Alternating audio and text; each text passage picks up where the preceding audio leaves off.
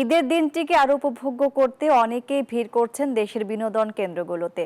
আর এই মুহূর্তে জানবো আমরা রাঙামাটির খবর, সেখানে আছেন সহকর্মী ফাতেমা জান্নাত মোমো।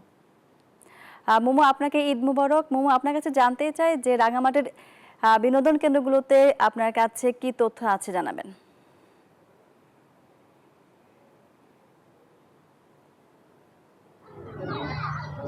মনি, ঈদের শুভেচ্ছা।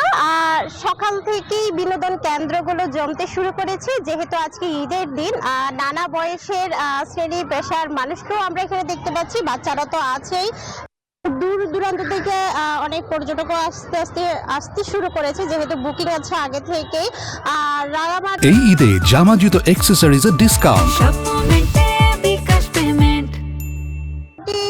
সমতলের যে ভিন্ন চিত্র, কারণ এখানে হচ্ছে ক্ষুদ্র নিরগোষ্ঠী বাঙালিরা একই সাথে বসবাস করে, যার কারণে এই ঈদের আমেজ ছড়িয়ে গেছে পাহাড়ি এবং বাঙালিদের মধ্যে।